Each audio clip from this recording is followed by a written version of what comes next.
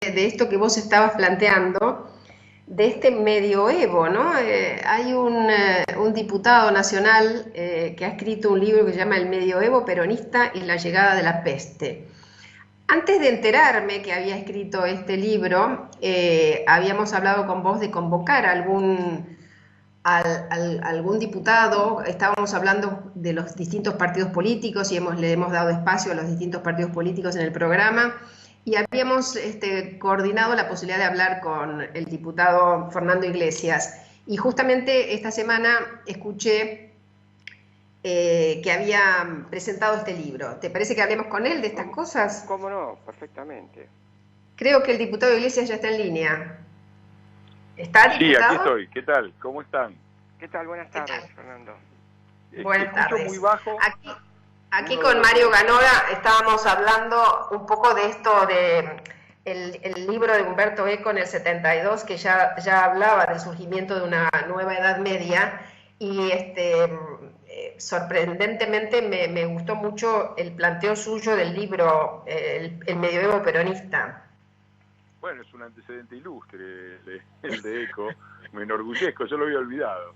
Yo veo más bien a nivel mundial la reaparición, efectivamente, de algo que fue bastante medieval, que fue la primera mitad del siglo XX europeo, ¿no?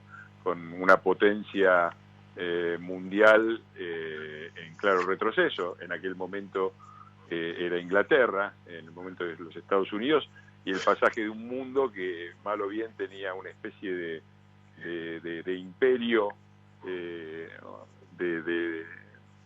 basado en el poder de una determinada potencia, un mundo multipolar que para muchos despierta muchas ilusiones, pero en el sentido de que parece ser más democrático, pero yo creo que no, porque lo que se crea es una situación de tensión, no un mundo multilateral, sino más bien un mundo multipolar donde aparecen diferentes poderes. Eso no terminó nada bien en inicios del siglo XX y a inicios del siglo XXI. Lo que sufrió Europa en aquel momento se empieza a plantear a nivel mundial. Esperemos que la solución no sea la guerra, sino la integración, buscar formas de integración política de escala global que tengan la posibilidad de administrar mejor las crisis que se están produciendo, ¿no? Mario, vos le querías hacer una pregunta al diputado respecto de la cuestión italiana. Sí, porque estaba recordando que habías estudiado en Italia y te habías formado políticamente en Italia. Bueno, no exactamente. En realidad fui a trabajar a Italia, viví 7 años en Italia, soy ciudadano italiano y me tengo bastante al corriente, tengo muy buena relación tanto con la gente de Italia Viva como con el Partido Democrático, conozco bastante, tengo muchos amigos, trato de ir todos los años a Italia por actividades, por trabajo, por cosas que hago relacionadas, pero no estudié en Italia, en realidad fui a trabajar en las épocas en que yo era entrenador internacional de vuelo. En realidad estoy empezando ahora en Italia, porque justamente el martes inicio el curso de Relaciones Internacionales de la Universidad de Bolonia, que dirige un querido amigo, Loris Zanata, con quien estuve casualmente en la casa en diciembre, y claro, sí, un poco de Italia tengo idea de lo que está pasando. No sé qué tema era el que te interesaba a vos.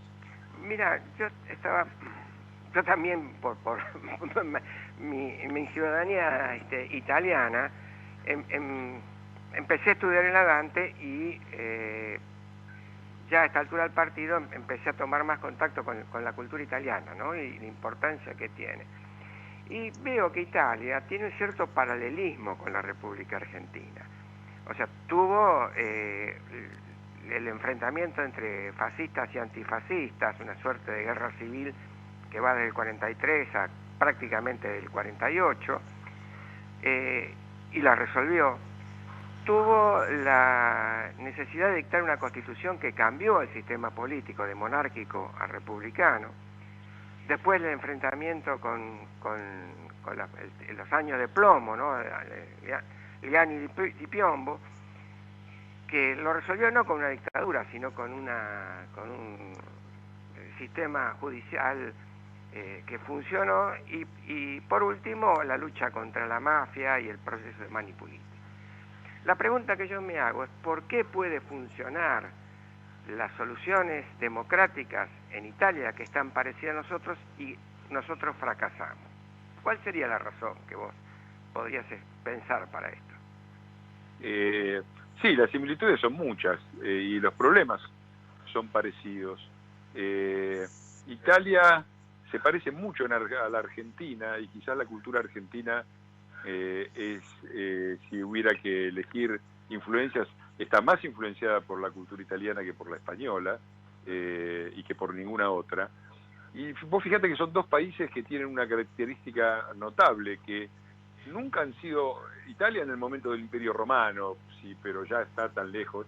Digo, ninguno de los dos países es un país central, ni es el más poderoso, pero cuando uno empieza a ver las personalidades, los individuos famosos a escala mundial, personalidades notables, bueno, Italia y Argentina aportan, Italia ni hablar, que yo, de Cristóbal Colón hasta el Renacimiento y que yo, Da Vinci, y más recientemente la maravilla del cine italiano, los actores, Mastroianni, digo, la cantidad de figuras de escala mundial, de notables a escala mundial de Italia, es sorprendente respecto a un país relativamente secundario en la escena económica y política mundial. Y la Argentina es lo mismo. Argentina es impresionante, somos realmente un país marginal, que no entramos en ninguna tabla de las que importan, ni como PBI per cápita, ni como educación, ni como nada, pero vos tenés a Evita, tenés a Gardel, tenés al Che Guevara, tenés a Maradona, tenés a Messi, tenés a la Reina de Holanda, tenés el Papa, es una cosa muy impresionante. El problema que sucede es cuando después esta suma de individuos notables tienen que hacer algo juntos. Y ahí empiezan los problemas, ¿no? Porque ahí Maradona, vamos a suponer que nos ponemos de acuerdo, los argentinos, los italianos, mezclados en un determinado programa de gobierno para el país. Cosa muy difícil, porque cada uno tiene su propia idea y le parece que es mucho mejor que la del otro, y ya, pero vamos a poner, después hay que elegir los candidatos, ¿no? Entonces ahí empiezan los líos.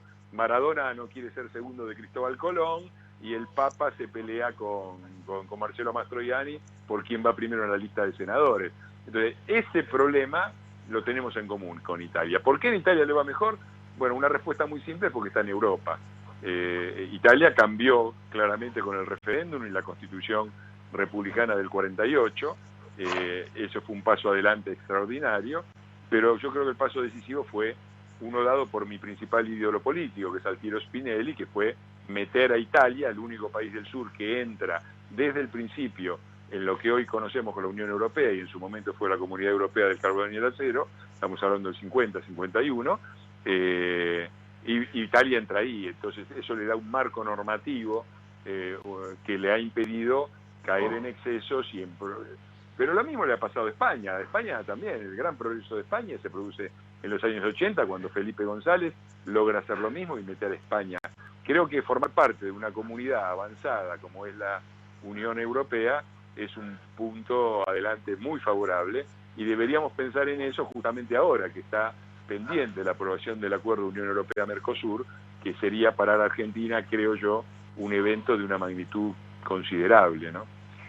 Sí, el problema es que cada vez que intentamos armar una comunidad como la del Mercosur, nosotros mismos la boicoteamos. Bueno, sí, hay muchos problemas alrededor de eso. Latinoamérica tiene un problema con el tema de la integración regional, Sudamérica en particular. En Sudamérica, todos los países se formaron con una idea divisionista, en el sentido de reivindicar su propia cultura, su propia historia. Sudamérica no, Sudamérica se creó, los países sudamericanos se crearon bajo la idea de la unidad continental, ¿no? Bolívar y San Martín, y sin embargo terminamos todos desunidos.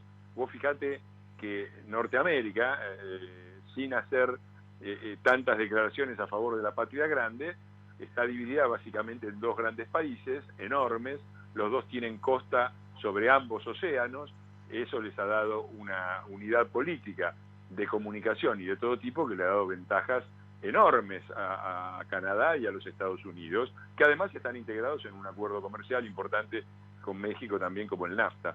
Nosotros hablamos mucho de patria grande, pero nos dividimos en como 20 países, cada cual por su lado, prácticamente no hay países que den a los dos océanos. La conexión entre los dos océanos que Norteamérica soluciona tanto en Canadá como en Estados Unidos, antes de que, al inicio del siglo pasado, nosotros han pasado 100 años y todavía no tenemos ningún sistema de conexión decente entre la costa atlántica y la costa del Pacífico. Entonces, ¿No será que somos pequeños feudos? Grandes declaraciones y pocas realidades. Sí, claro. Es así, es esa cosa feudal que yo retomo en el análisis de la Argentina con el libro, ¿no? La idea del medioevo peronista, pero lo estamos viendo ahora. ¿Cómo puede ser que los gobernadores y los intendentes hagan, si a un intendente se le ocurre cerrar la ciudad, la cierra, ponen taludes para entrar, no dejan... el otro día, hoy escuchaba la noticia de un camionero, parece que no sé qué provincia, los dejan transportar, pero les ponen una cinta en la puerta para que no se puedan bajar del camión. Sí. Para que entren, lleven el transporte y se salgan de la provincia sin bajar del camión. Parece que un camionero se bajó a orinar y lo llevaron preso porque tenía la cinta rota. Eso es lo más medieval que se me ocurre, ¿no? Gobernadores e intendentes que se creen completamente por encima del poder nacional y que creen que pueden establecer una especie de territorio feudal autónomo en sus provincias. O no hacerse cargo de las situaciones delictivas, como puede ser la toma de tierras en parques nacionales. Y de eso no se hizo cargo el gobernador, ni el intendente, ni nadie, y la fiscal dijo que no era competente. Sí, los ejemplos son muchísimos. Digo, yo estaba escribiendo este libro con la idea del medioevo peronista y describiendo en qué sentido el peronismo atrasa, en qué sentido tiene una concepción del poder que es medieval, que concentra el poder solo en el Ejecutivo, que desconoce a la justicia y al Parlamento, en qué sentido sus grandes figuras son los gobernadores feudales del norte, los jeques petroleros del sur y los varones del conurbano, que son figuras, cada una de ellas, de tipo feudal. En el medio que estaba escribiendo sobre esto apareció la peste. La peste es un evento medieval de amplias características. Y la respuesta que le dan es una respuesta más medieval, que es decir, el único remedio a la peste es la cuarentena. Es una idea feudal, pero los feudales de una época, los medievales, tenían por lo menos el límite de los 40 días, por eso se llamaba cuarentena. Nosotros llevamos por 4 cuarentenas. Bueno, pero ahora viste que no te vas a poder reír, no vas a poder cantar, no vas a poder gritar. Exactamente. O sea, que ahora avanzan, ¿no? Ya hasta cosas bastante... Claro. Sí, no, reírse.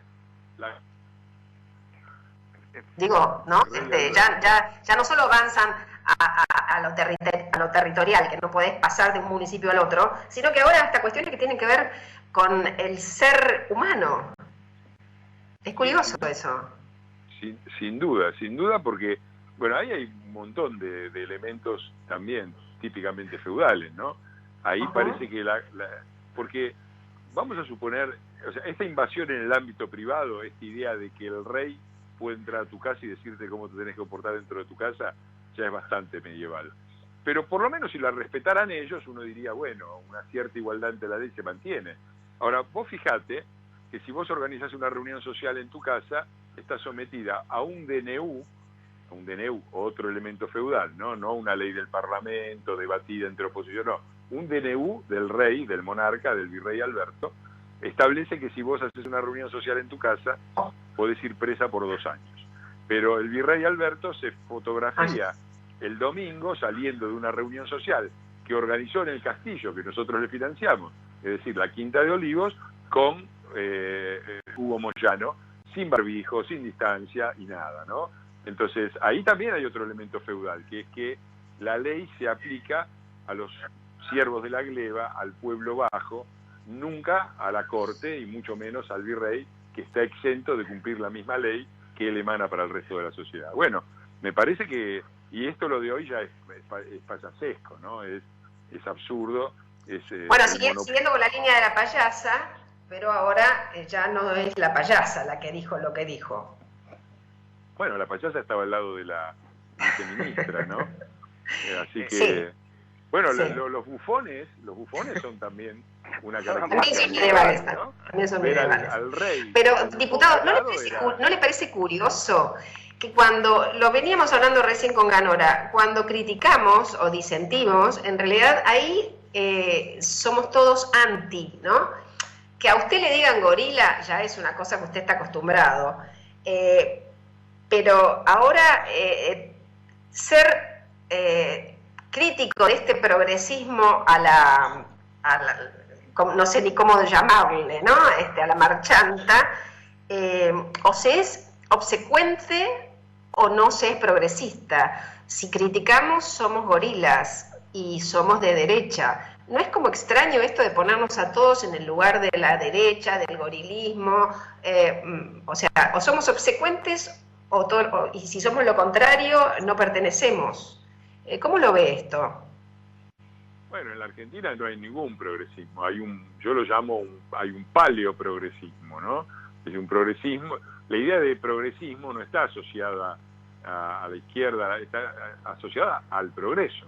Progresismo es alguien, un grupo de personas que quieren progresar, que miran hacia el futuro, porque piensan en el futuro. Acá tenemos un rarísimo progresismo cuyos proyectos de país son medievales, atrasan, con mucha suerte llegan a 1945, ¿no?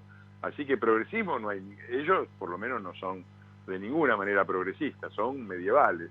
Y por supuesto otra característica es esa, ¿no? En la evolución política moderna se equilibra el poder del monarca, se fue limitando, y las limitaciones fueron la aparición del Parlamento, la aparición de la justicia, la aparición de los organismos de control del Estado, en este caso la AGN, la CIGEN, la aparición de la prensa independiente y de la opinión pública que tenía influencia sobre el poder. Todo eso es lo que ellos intentan abolir, por eso quieren reformar la justicia, dejar al Parlamento sometido a sesiones virtuales y a un funcionamiento reducido, van contra la prensa, intervienen en el tema de las empresas de telecomunicaciones, justamente para condicionar al periodismo independiente y a la opinión pública, que no coincide con ella, por supuesto, es permanentemente vituperada y descalificada. Bueno, es la reconstitución del poder único e ilimitado, que está en la frase de ellos, ¿no? Vamos por todo.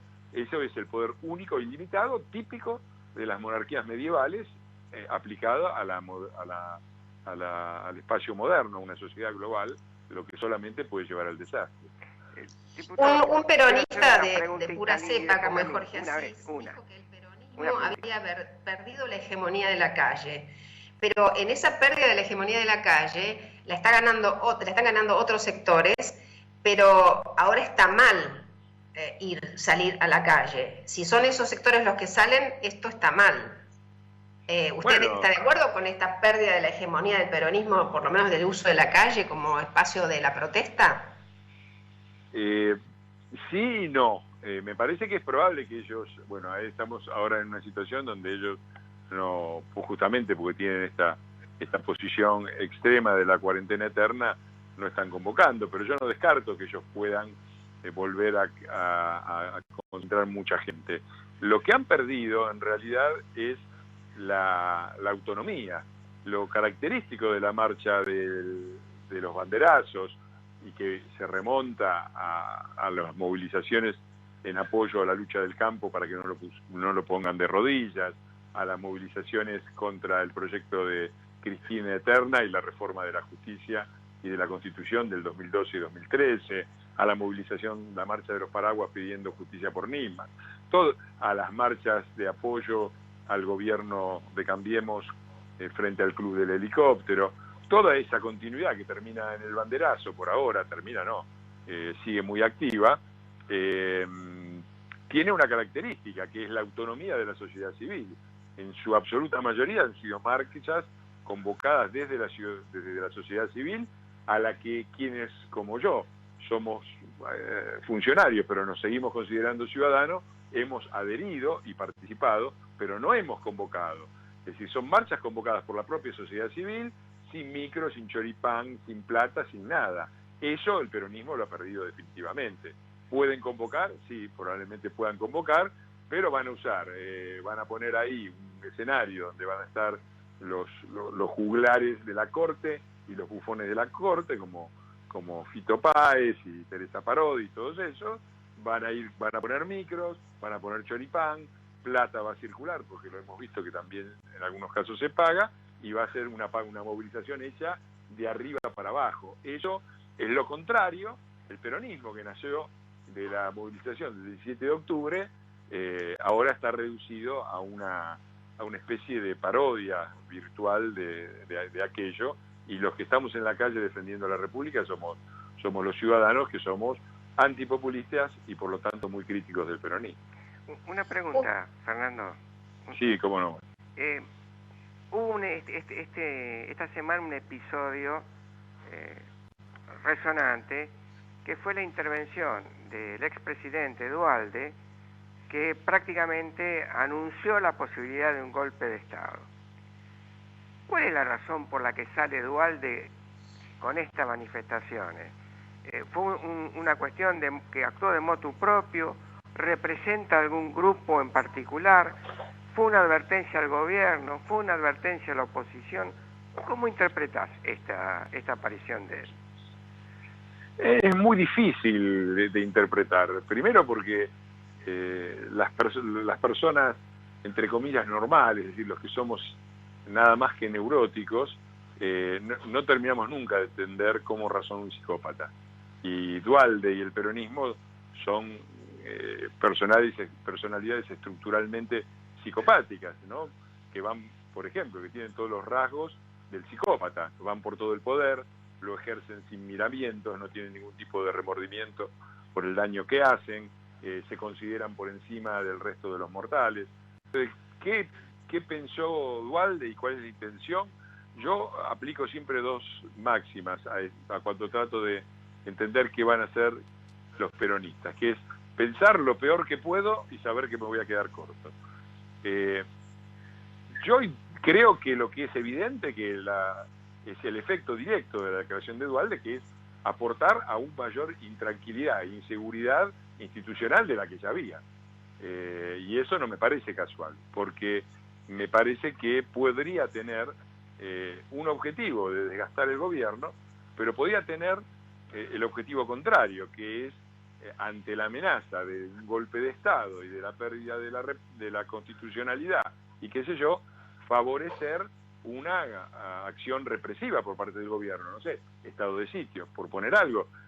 Y esto no sería nuevo. Recordemos que Perón, las elecciones del 52, su reelección se celebró bajo una especie de, en ese momento no se llamaba estado de sitio, se llamaba estado de emergencia política, no sé cómo se llamaba, pero era justamente una medida similar al estado de sitio que Perón implementó porque en el 51 había habido un golpe de Estado, entre comillas, que no tuvo mucha repercusión, pero que le dio a él una excusa muy grande. Recordemos que Hitler se hizo con el poder, era un simple canciller débil y se hizo con el poder absoluto sobre la base del incendio del Parlamento, del Reichstag. Recordemos que Chávez había sido un autócrata, pero no un dictador, hasta que dieron el golpe de Estado del 2002, que muchos dicen que lo organizó el propio Chávez, y estuvo en la cárcel, y cuando volvió se cargó a la prensa escrita, se cargó al Parlamento, se cargó a todo. Yo no descarto que haya en ciernes o en idea de alguno una maniobra de este tipo, de crear inestabilidad para permitir la aplicación de un poder aún más autocrático. Te voy a hacer una pequeña corrección. Los 5 presidentes, después de la renuncia de la Rúa, digamos que ya estaba, la sucesión ya estaba acordada desde el mismo día que De la Rúa se fue, o mejor dicho, provocaron la ida de la Rúa, con lo cual de estas cosas ya sabemos, los que tenemos algunos añitos, sabemos cómo ocurren, ¿no? Sí, yo lo he descrito el fenómeno en mi libro anterior sobre el peronismo, que es del 2015, y tomando las palabras de un testigo peronista, que es la actual vicepresidenta a cargo de la presidencia, Cristina Fernández de Kirchner, que declaró por cadena nacional, diciembre del 2012, que lo que estaba sucediendo en ese momento, que eran los saqueos en Bariloche, era una mala copia de lo que había pasado en el 2001, que atrás había estado todo el peronismo bonaerense y que esa maniobra era el mismo tipo de maniobra que había volteado en su momento Alfonsín y que todo el mundo lo sabía, textual o casi de la reina Cleopatra de Tolosa o Cristina Fernández de Kirchner. Te voy a hacer una corrección jurídica. Claro, dale. En lo que vos estás hablando no fue una declaración de estado de emergencia, fue una declaración de guerra civil, de estado de guerra interno, que lo hizo por ley. Esa era la definición, exactamente. Lo hizo la 14.062, de lo cual nadie habló hasta la fecha. Y esa ley tenía previsto la ejecución inmediata de cualquier militar que estuviera en ese momento en una actitud de rebeldía. Exactamente, exactamente. Y están las declaraciones de Perón en un discurso oficial hecho como presidente, diciéndole que cada peronista tiene que transformarse en un vigía del porvenir de la patria y que en el caso de que encuentre a personas en actitud de rebelión con respecto al gobierno, los tenía que colgar ahí mismo con alambre de fardo inmediatamente. Yo me había olvidado exactamente, no me salía cómo era la expresión, pero era así, estado de guerra interno. Estado de guerra interno fue. Sí, sí, sí. Bueno, yo esto lo escribí también, eso está en mi libro anterior, es El peronismo estúpido, está contado esto, que por supuesto forma parte de toda esta esta enorme capacidad que tiene el peronismo de mostrar las pocas cosas reivindicables que tiene y de ocultar el desastre de todo tipo que han hecho, ¿no? Porque parece que cuando vos decís en la Argentina estado de sitio, todo el mundo piensa en el pobre de la Rúa, ¿no? Y se olvidan del estado de sitio casi permanente en el que estuvo la Argentina en la segunda parte del gobierno de Perón. Y a de la Rúa además le adjudican cosas increíbles. La gente todavía sigue diciendo, bueno, yo en el libro tomo este tema, ¿no? El de diciembre del 2001. Si vos le preguntás a la gente qué pasó en el diciembre del 2001, el 80% de los argentinos te van a decir, el hambre era insoportable, la gente salió a la calle, se fueron a la Plaza de Mayo y el presidente declaró el estado de sitio, reprimieron y mataron a 38 personas en la Plaza de Mayo. La verdad de todo esto es que ninguna de esas afirmaciones es cierta. Para empezar, cierto, la pobreza era del 38%, no muy distinta de la que tenemos ahora, y mucho menor que la que tuvimos el año siguiente con Dualde, que fue 57%, sin que la gente saliera a la calle. ¡Qué casualidad! Segundo, de los 38 muertos de la Rúa, entre comillas, 31 murieron en provincias gobernadas mayoritariamente por el peronismo, y en la Plaza de Mayo murieron 3. El peronismo nunca dio cuentas de eso. El único juicio que se sustanció fue a De la Rúa por los 3, pero no a Reutemann por los 11, ni a De la Sota por los 10 que murieron en su provincia. Entonces, ese es el gran problema que tiene, que esta capacidad que tiene el peronismo de instalar su propia versión de la historia como el sentido común argentino. Y eso es lo que trato de mostrar, estos mecanismos. El centro del libro está puesto ahí, en cómo lo logran. Cómo logran hacer que la leyenda peronista siga teniendo éxito a pesar de que no tiene nada que ver con la realidad. Y ahora te voy a hacer una pregunta capciosa. Una pregunta capciosa. A ver. Resulta ser que en 1976, más o menos, se publicó un libro de Roberto Aiscorbe que se llamaba El mito peronista. Uh-huh. Transcurren aproximadamente, calculo yo, más de 40 años, y el primero que empieza a escribir respecto del peronismo sos vos. ¿Qué explicación tiene esto? Bueno, tiene muchas explicaciones. Una, y esa se la voy a dar a los muchachos, que el peronismo, entre las ventajas que tuvo el peronismo, digo, la cúpula peronista, el poder peronista, sindical, político, tuvo una bendición que fue que cada vez que el país empezó a prenderse fuego por culpa del peronismo, le sacaron la papa caliente de las manos, ¿no? En el 55 y en el 76, y se cometieron muchos crímenes sobre todo, ya no contra los dirigentes peronistas, sobre todo contra los militantes peronistas. Se establecieron proscripciones, se prohibió se prohibió la actividad política, se prohibió la existencia del Partido Justicialista. Todas estas cosas horrendas le dieron, obviamente, una enorme legitimidad al peronismo para ponerse en el lugar que le gusta tanto, que es el perseguido y la víctima, cuando en realidad han sido siempre, sobre todo los dirigentes, mucho más perseguidores que perseguidos, y ha sido un gran negocio para la cúpula peronista, porque los ha legitimado, y un muy mal negocio para la base peronista, que fue la que sufrió las persecuciones. Esa es una explicación. La otra es que el peronismo tiene una capacidad de invención de relatos extraordinaria. Yo hago el chiste de que si en vez de poner un partido político hubieran puesto estudios de cine, tendríamos un país mejor y Hollywood en Argentina, porque son admirables en su capacidad de distorsionar la realidad y de imponer su sentido. Y lo han logrado mucho gracias por aplicando toda una serie de trucos que yo analizo en un capítulo del libro, que se llama así, los trucos de la leyenda y el relato, aludiendo a la leyenda peronista y al relato kirchnerista. Intento describirlos. Se parecen mucho a los famosos 11 puntos de Goebbels, el ministro de propaganda del nazismo, y son una variante actualizada y argentina de eso. Eso ellos lo hacen muy bien. La propaganda del peronismo es extraordinaria. Y el tercer elemento, el elemento central de este truco, es ponerte a la defensiva, es adjudicarte las culpas que tienen ellos y ponerte siempre a la defensiva y a dar explicaciones y sentirse, tratar al resto de las fuerzas políticas desde un pedestal de somos los representantes de la justicia social y del pueblo y de la patria que se han adjudicado ellos mismos, y que es lo que intento de discutir. Me parece que ya hay una enorme cantidad, un 41% de las elecciones, pero hoy creo que es más grande, que no está dispuesto a ese relato, que sale a la calle a defender la República, y que creo que vamos a lograr ponerle freno y dar vuelta a la cosa. Bueno. ¿Vos crees que hay alguna manera de salir de ese día de la marmota, que es lo que vos decís, el eterno retorno, desde lo individual, desde lo social? ¿Cómo hacemos?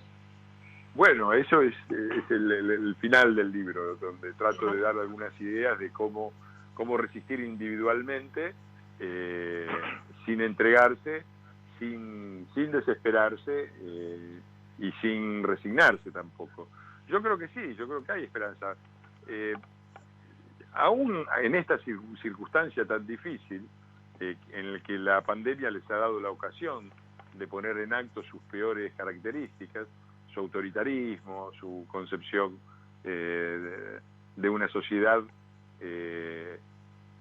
atenazada, de una sociedad recluida en sus casas, que no tiene derecho a manifestarse, que no tiene derecho a opinar. Aún en esta circunstancia tan difícil, ellos han tenido varias rotas, es decir, varios proyectos que tenían han tenido que congelarlos o retirarlos. Vos acordate que cuando empezó la cuarentena había una intención muy clara de que el gobierno central se hiciera cargo de todos los respiradores y los administrara y prácticamente estatizara una parte de la salud privada. Eso no se habló más. Vos acordate que habían largado no sé cuántos miles de presos, la gente caceroleó, se armó un tremendo estallido de cacerolas en todo el país, y tuvieron que parar con la liberación de presos. Vos acordate que se habían intentado cargarse a Vicentín y la gente salió a la calle a protestar, hubo cacerolazos y marchas, y el proyecto Vicentín lo desactivaron.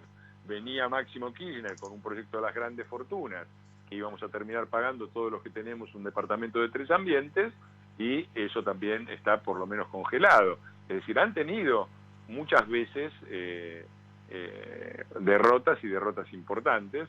Espero que la reforma de la justicia sea otra. Está la moneda en el aire, no va a ser fácil, pero tampoco son omnipotentes. Y sobre todo, admitiendo todos los fracasos que podemos haber tenido en el gobierno, también es cierto que quedamos con 41% de los votos, una oposición que a pesar de las diferencias sigue unida, y una ciudadanía que está decidida a defender la República y a no dejarse avasallar. No es poco, no era ese el panorama después de Alfonsín, por eso tuvimos una década de Menem, y no era ese el panorama después de la Rúa, por eso tuvimos prácticamente 2 décadas de kirchnerismo, ¿no? O sea que tenemos más ciudadanos que idiotas, O sea que cada vez hemos aprendido de los errores y tenemos más ciudadanía pensante.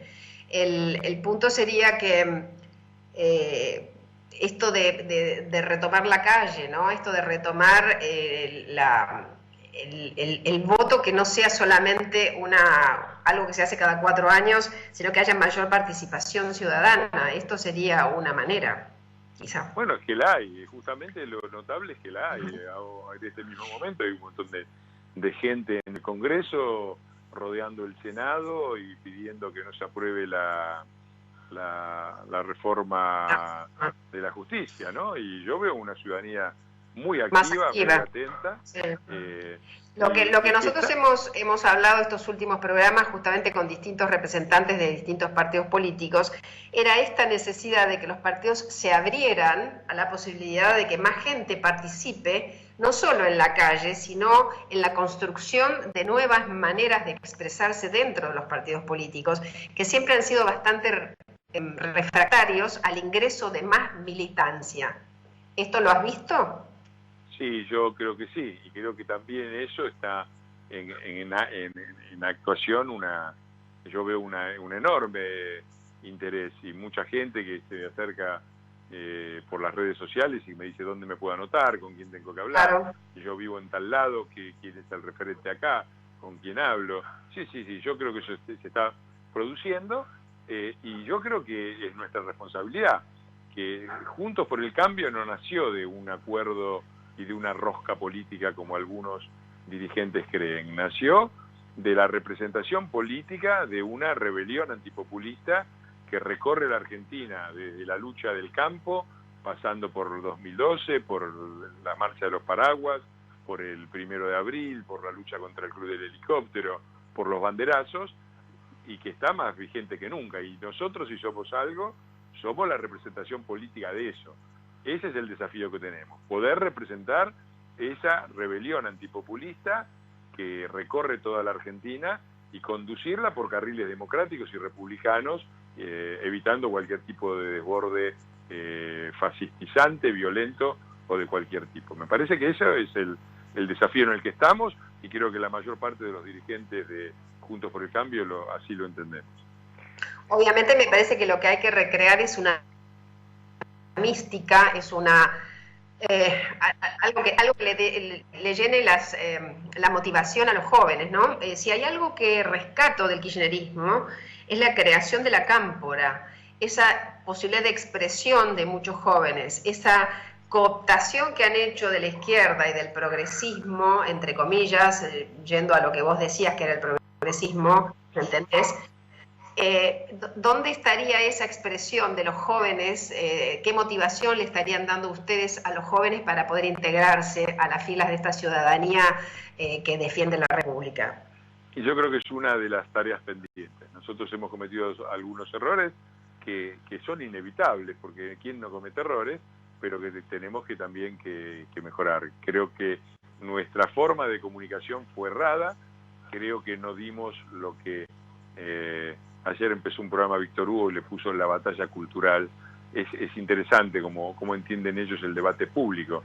Eso que en los países civilizados se llama debate público, acá, gracias al partido fundado por un militar, se ha transformado en una batalla. Uno en una batalla lo que quiere es matar al enemigo.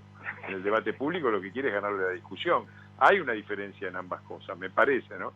Pero nosotros hemos resignado ese debate público, no lo hemos dado de manera eficiente, y creo que ese fue un error, y por supuesto eso es una cosa que tiene una gran influencia en los jóvenes, porque los jóvenes están hambrientos de ideas, de principios, de valores, y nos tenemos que replantear la forma en que nos dirigimos a ellos.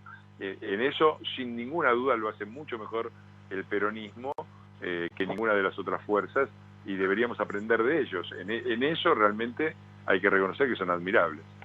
La liturgia peronista, el bombo peronista. Yo recuerdo años 74, 75, y confieso que he vivido, estaba yo en una toma de una facultad de ingeniería, para ser más precisa, y cuando escuchamos venir a los Montos con el bombo, se nos heló la sangre a todos. Y nosotros no estábamos en el grupo de los del bombo, pero reconozco que te subía un escalofrío porque querías estar con ellos, con los del bombo, porque esa liturgia era muy fuerte y sigue siéndolo. Bueno, mira qué coincidencia, yo también estudié ingeniería en el año 75 y recuerdo aquellas épocas. Tenía recordemos, ¿no? El ministro de Educación, que creo que era Otalagano, un fascista consumado, y sin embargo la juventud era sobre todo la juventud peronista, y efectivamente tenían un poder de atracción que las demás fuerzas políticas no tenían. No teníamos. No. Sí. Para nada. Desde luego. Hay que aprender, ¿no? De esa liturgia, y hay que buscarle la vuelta. Quizás no sean solo los globos amarillos, va a haber que buscarle otra cosa. Me gustaría meter un mordisco ahí, italiano. ¿Perdón? Voy a meter un mordisco italiano. A ver. Un autor, Emilio Gentile, claro, sí, trabaja el tema del fenómeno del fascismo, ¿no? Y él es discípulo de Renzo Di Felice. Renzo Di Felice planteaba como un proceso de nacionalización de masas el fascismo. Pero además, Emilio Gentile dice que es una suerte de religión de la patria, una religión laica, que se crea al término de la Primera Guerra Mundial. En el peronismo, ¿no hay esos elementos religiosos también? Sí, claro, sin ninguna duda. Bueno, creo que quien mejor lo ha analizado la vinculación entre el peronismo y la Iglesia ha sido Lori Sanata, ¿no? Me parece que sus libros en ese sentido son ejemplares, pero ahí hay toda una cuestión muy clara, ¿no? Y yo creo que hay una responsabilidad muy fuerte de la Iglesia Católica. Yo soy agnóstico, pero tengo un gran respeto por las creencias religiosas. Me parece perfecto que cada cual defienda su credo y su religión. Cuando la Iglesia se mete en la política ya es otra cosa. Y la Iglesia argentina tiene una larga hilera de cadáveres en el ropero.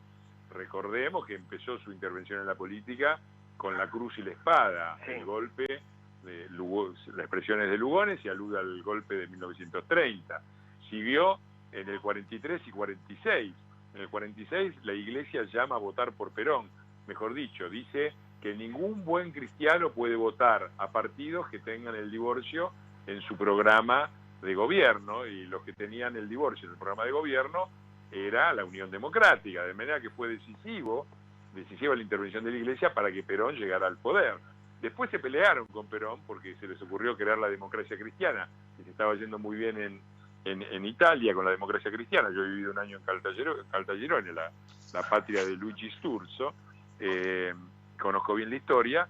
Perón se puso como loco, les metió el divorcio, les quitó la educación religiosa en las escuelas, o sea, hizo todo lo que estaba en el programa de la Unión Democrática, y la Iglesia contraatacó con la Armada, que tiraron los aviones que bombardearon la Plaza de Mayo, tenían el letrero Cristo vence, otro desastre más. Después, en los 70, jugó de los dos lados la Iglesia. De un lado jugaban los curas tercermundistas, que eran la vertiente religiosa de los montoneros, Mujica, que justificaban la violencia revolucionaria, y después vinieron los curas del otro lado de la Iglesia a dar extremaunciones sobre las parrillas de tortura en la Escuela Mecánica de la Armada. Así que cada vez que la Iglesia se ha metido en la política, y ahora lo está haciendo muy fuertemente Bergoglio, si ves la tapa de mi libro, bendiciendo la unión entre la reina Cleopatra de Tolosa y el virrey Alberto, está Francesco Primo del Vaticano, es decir, el cardenal Bergoglio, otra vez vuelven a las andadas. Así que cuando hacen estas cosas, la verdad es que yo, mi paciencia con la Iglesia, con todo respeto por los fieles y por las creencias religiosas, que yo no tengo, pero que respeto, cuando se meten en política, la verdad es que deberían recordar todos los desastres que avalaron y causaron y dedicarse a la labor pastoral, porque para eso están en la tierra, para eso existe la Iglesia, no para hacer política. Fernando, una convocatoria tuya a los jóvenes que pueden estar escuchándonos. No, la convocatoria, yo no le hablaría solamente a los jóvenes, le hablaría a todos, le hablaría a todos los ciudadanos que perciben la gravedad de la situación, que perciben las intenciones tremendas de este gobierno y la situación muy complicada en la que estamos, tanto desde el punto de vista sanitario, porque han privilegiado el aspecto sanitario sobre todos los demás, pero no han solucionado el problema sanitario, el desastre económico en el que la Argentina está y va a seguir estando, y las amenazas de todo tipo, desde la seguridad personal, porque hay una ola de inseguridad creciente, hasta la vigencia de las instituciones. Y mi recomendación no es nada, es manténganse activos, defendamos todos juntos la República, sepan que hay muchos que estamos de ese lado y los vamos a acompañar y vamos a estar comprometidos con esa defensa, y que evitemos caer en la desesperación y en la resignación, que son dos extremos que se tocan. Hacer cosas a la desesperada y sin ton ni son lleva después a la frustración y a la resignación. Tenemos que estar activos, estar tranquilos, evitar provocaciones, defender la República y ser nosotros mismos democráticos y republicanos. Después la gente, cada uno sabe qué es lo que puede aportar y lo que puede hacer, desde ir a una marcha, a convencer, a discutir en la familia, a discutir en su lugar de trabajo. Cada cual sabe cómo puede aportar, pero es importante que nos mantengamos unidos. Creo que se vienen horas muy complicadas. Bueno. Gracias, Fernando. Hasta la próxima y éxito con tu libro. Un gran abrazo para los dos. Gracias por la entrevista. Y bueno, ya nos veremos. Bueno, muchas gracias. Gracias. Chao, bueno, ahora más organicidad, más participación, más ciudadanía, ¿no? Conciencia de lo que hacemos, conciencia de cómo lo hacemos, conciencia de cómo votamos.